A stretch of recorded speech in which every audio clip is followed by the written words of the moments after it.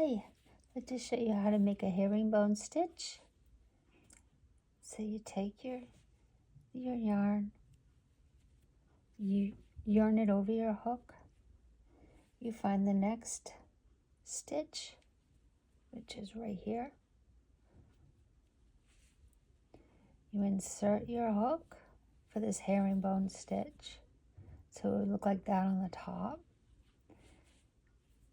Yarn over again, over the top of your yarn, like that. Pull it through the loop. For a herringbone, you pull through the first loop, yarn over the top of your hook, and pull through two. Now that's a herringbone stitch, and this is what they look like going forward. I'll make a few more with you now. We'll go really slow. So first thing we do is we yarn over our hook.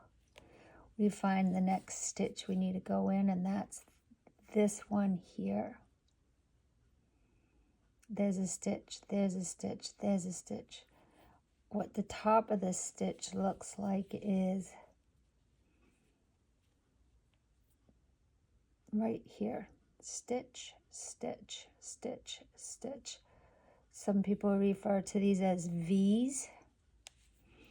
So yarn over our hook, insert into the next stitch, yarn over our hook, pull through the loop, pull through one loop on the hook, yarn over and pull through two. That's a herringbone. Let's do another one. So yarn over our hook, go through the next stitch, yarn over, pull through the first loop on the hook, pull the yarn over and pull through the second loop on the hook. Now this is a good problem to address while we're here. See how elongated that stitch got? Because I was like, it's really big and it's not uniform, you know, to the others. So I'm going to pull this out and remake it. So I'm just pull, and then I'm going to put my hook in this stitch. Pull down on it a little and begin again. Get your yarn around your fingers the way you like to hold it. So here we go. Let's try again. We yarn over the hook,